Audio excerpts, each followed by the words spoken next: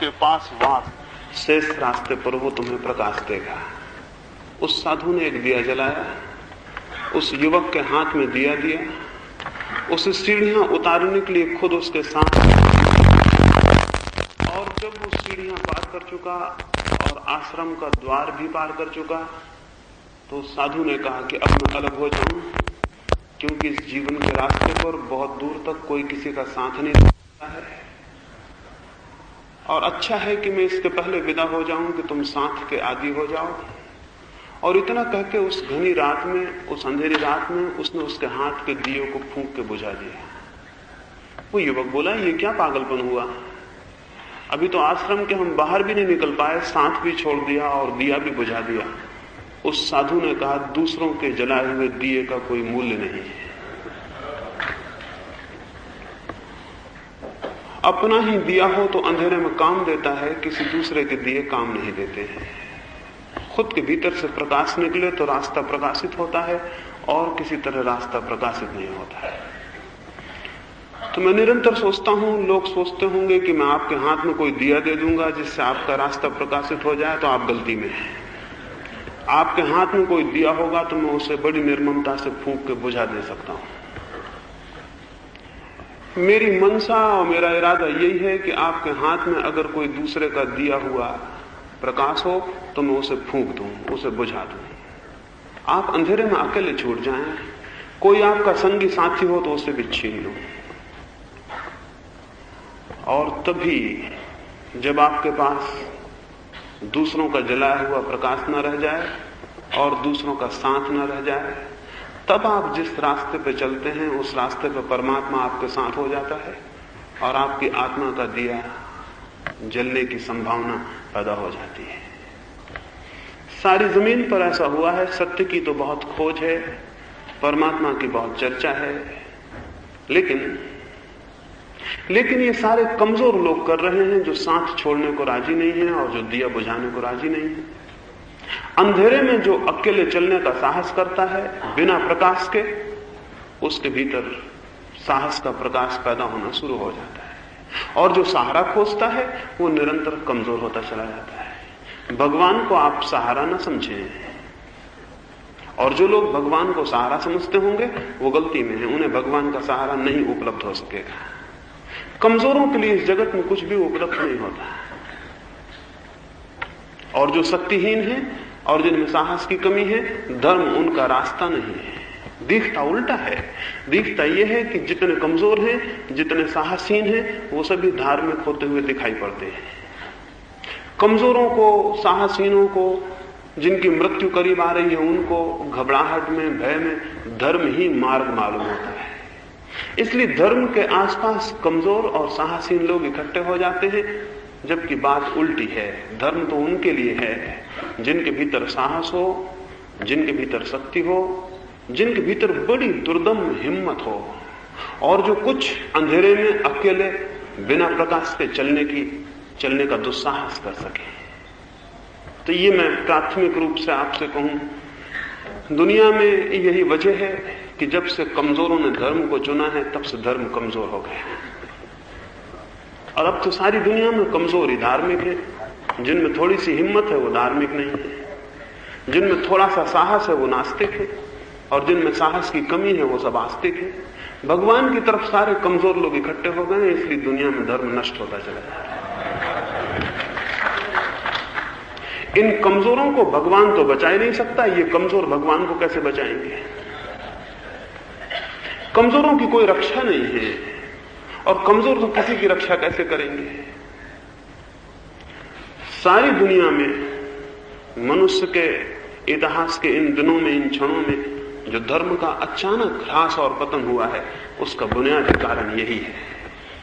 तो मैं आपको कहूं, अगर आप में साहस हो तो ही धर्म के रास्ते पर चलने का मार्ग खुलता है, न हो तो दुनिया में बहुत रास्ते हैं, धर्म आपके लिए नहीं हो सकता।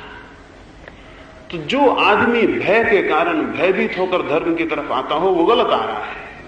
लेकिन सारे धर्म पुरोहित तो आपको भय देते हैं, नरक का भय, स्वर्ग का प्रलोभन, पाप पुण्य का भय और प्रलोभन, और घबराहट पैदा करते हैं। वे घबराहट के द्वारा आप में धर्म का प्रेम पैदा करना चाहते हैं। और ये आपको पता है, भय से कभी प्रेम पैदा नहीं होता। और जो प्रेम भय से पैदा होता है वो एकदम झूठा होता है, उसका कोई मूल्य नहीं होता। आप भगवान से डरते हैं तो आप नास्तिक होंगे, आस्तिक नहीं हो सकते। कुछ लोग कहते हैं कि जो भगवान से डरे वो आस्तिक है, गॉड फीयरिंग। जो ईश्वर से डरता हो, ईश्वर भीरू हो, वो आस्तिक है। ये बिल्कुल झूठी बात है। ईश्वर से डरने वाला कभी आस्तिक नहीं हो सकता, क्योंकि डरने से कभी प्रेम पैदा नहीं होता। और जिसको हम भय करते हैं उसे बहुत प्राणों के प्राण में घृणा करते हैं। ये तो संभव ही नहीं है। भय के साथ भीतर घृणा छुपी होती है। जो लोग भगवान से भयभीत हैं वो भगवान के शत्रु हैं और उनके मन में भगवान के प्रति घृणा होगी। तो मैं आपसे कहूं, ईश्वर से भय मत खाना। ईश्वर से भय खाने का कोई भी कारण नहीं है। इस सारे जगत में अकेला ईश्वर ही है जिससे भय खाने का कोई कारण नहीं। और सारी चीजें भय खाने की हो सकती हैं, लेकिन हुआ उल्टा है।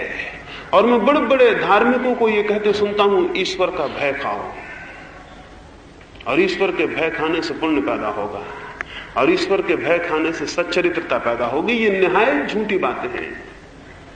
भय से कहीं सदाचार पैदा हुआ है?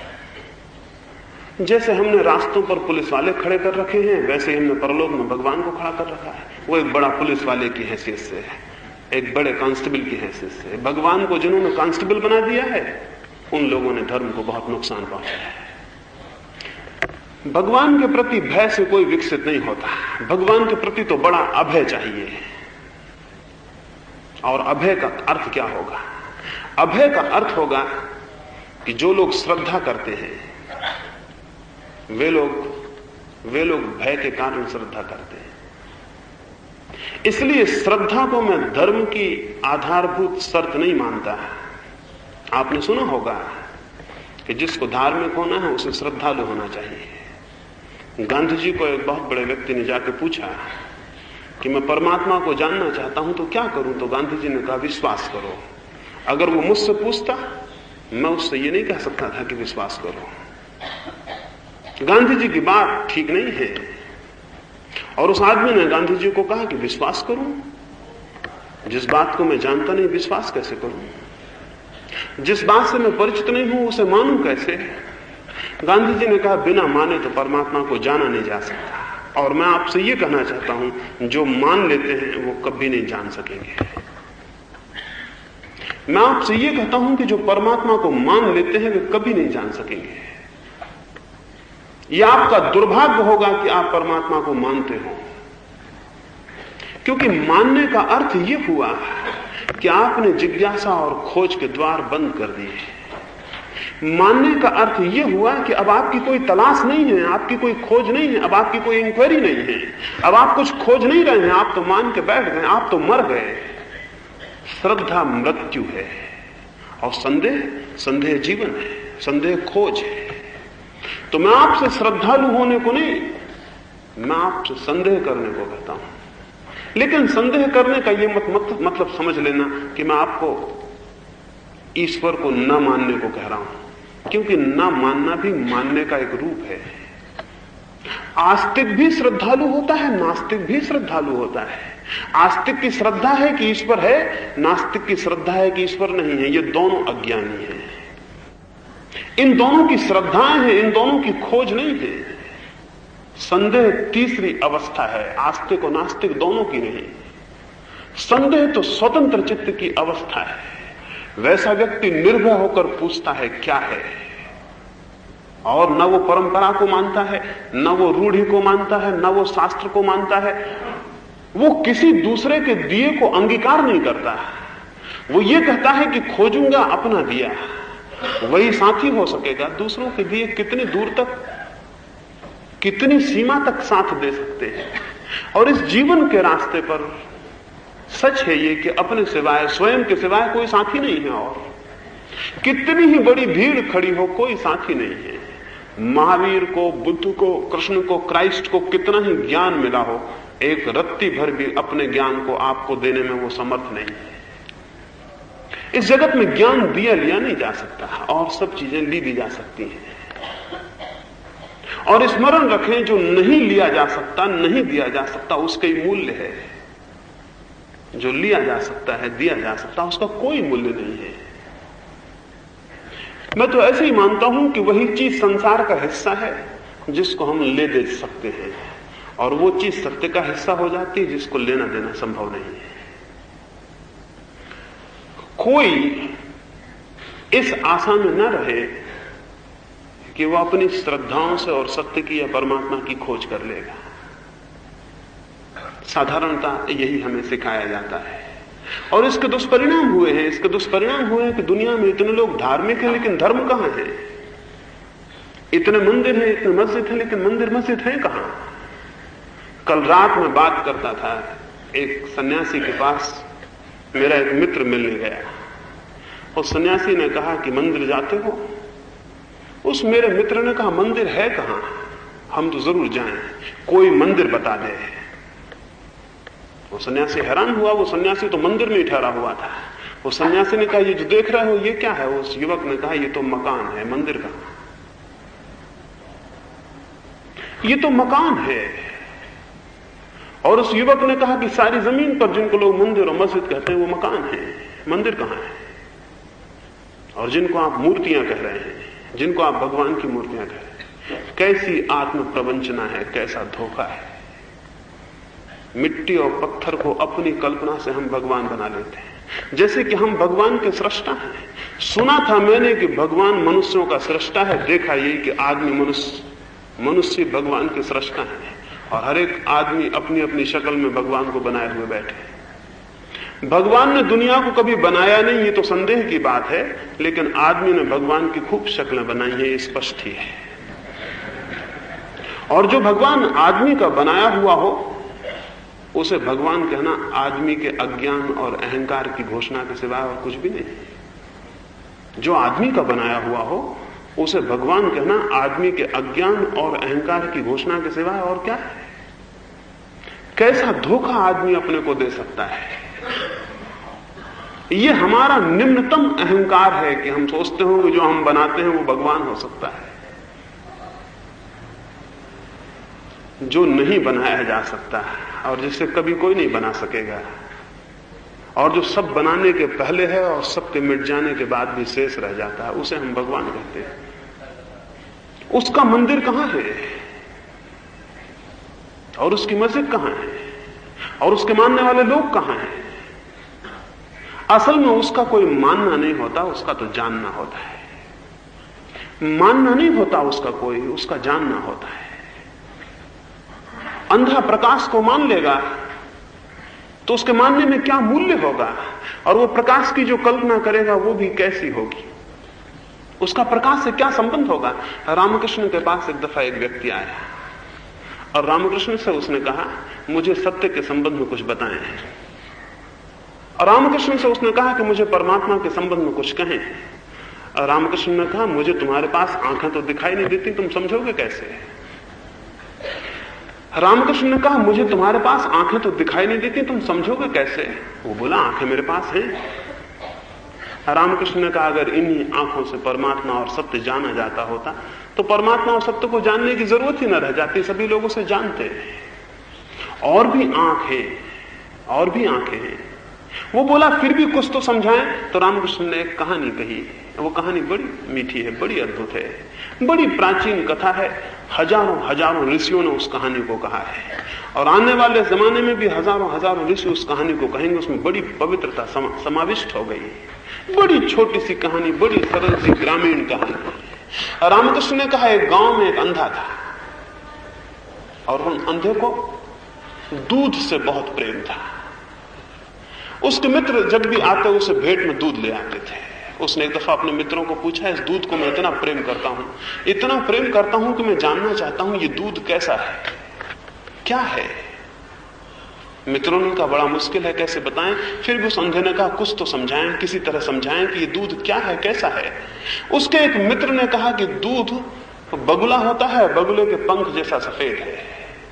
अंधा बोला, मुझसे मजाक ना करें, बगुले को मैं जानता नहीं, उसके पंख की सफेदी को मैं नहीं जानता, मैं कैसे समझूंगा कि दूध कैसा है? कुछ और सरल रास्ता अख्तियार करें तो शायद मैं समझ जाऊं। तो उसके मित्र ने कहा कैसे समझाएं? तो एक मित्र ने कहा बगुला जो होता है वो घास काटने के हंसिए की तरह टेढ़ी उसकी गर्दन होती है। अंधा बोला आप पहेलियां उलझा रहे हैं, मैंने कभी देखा नहीं हंसिया, मुझे पता नहीं वो कैसा टेढ़ा होता है। तीसरे मित्र ने कहा इतनी दूर के क्यों जाते हो? उसने अपने हाथ को मोड़ के और उस अंधे को कहा इस हाथ पर हाथ फेरो, इससे पता चल जाएगा कि हंसिया कैसा होता है। उसने उसके तिरछे हाथ पर हाथ फेरा, घुमा हुआ मुड़ा हुआ हाथ अनुभव हुआ। वो अंधा नाचने लगा। वो बोला मैं समझ गया, दूध मुड़े हुए हाथ की तरह होता है। और रामकृष्ण ने कहा कि सत्य के संबंध में जो नहीं जानते हैं उनको बताई हुई सारी बातें ऐसी ही हो जाती।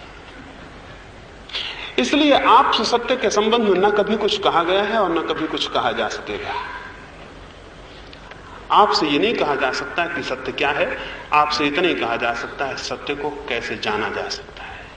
सत्य तो नहीं बताया जा सकता, लेकिन सत्य की विधि विचार की जा सकती है।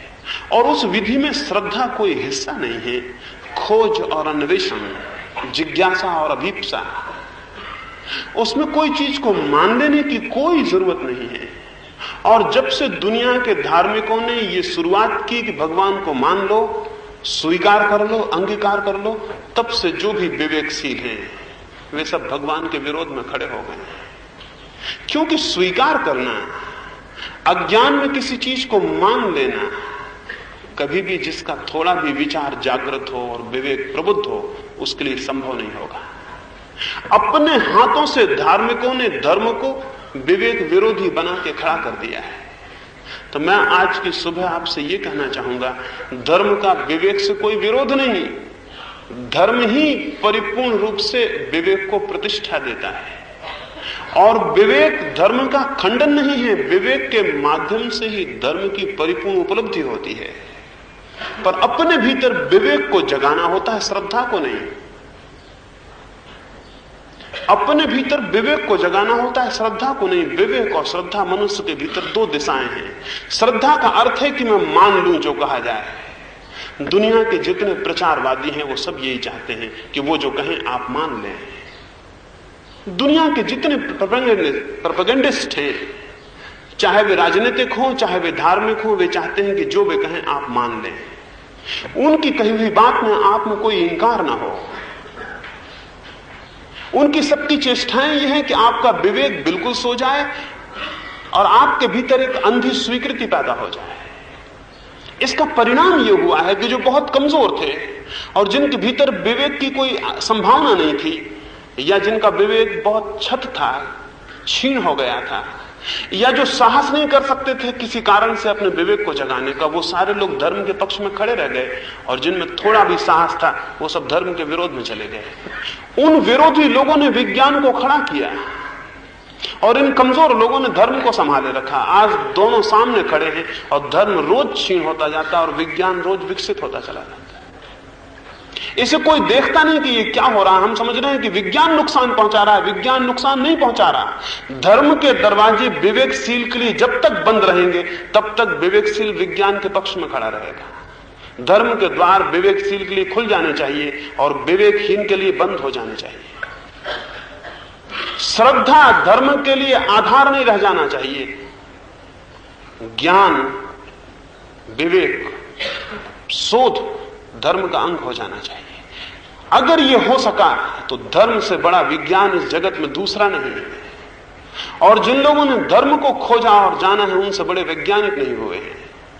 उनकी अप्रतिम खोज है और मनुष्य के जीवन में उस खोज से बहुमूल्य कुछ भी नहीं है।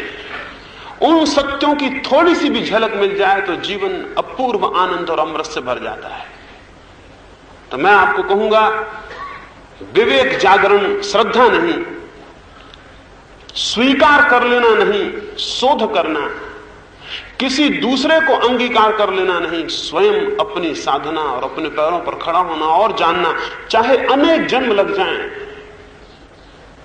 दूसरे के हाथ से लिया हुआ सत्य अगर एक क्षण में मिलता हो तो भी किसी कीमत का नहीं है, और अगर अनेक जन्मों की श्रम और साधना से अपना सत्य मिलता हो तो इसका मूल्य है।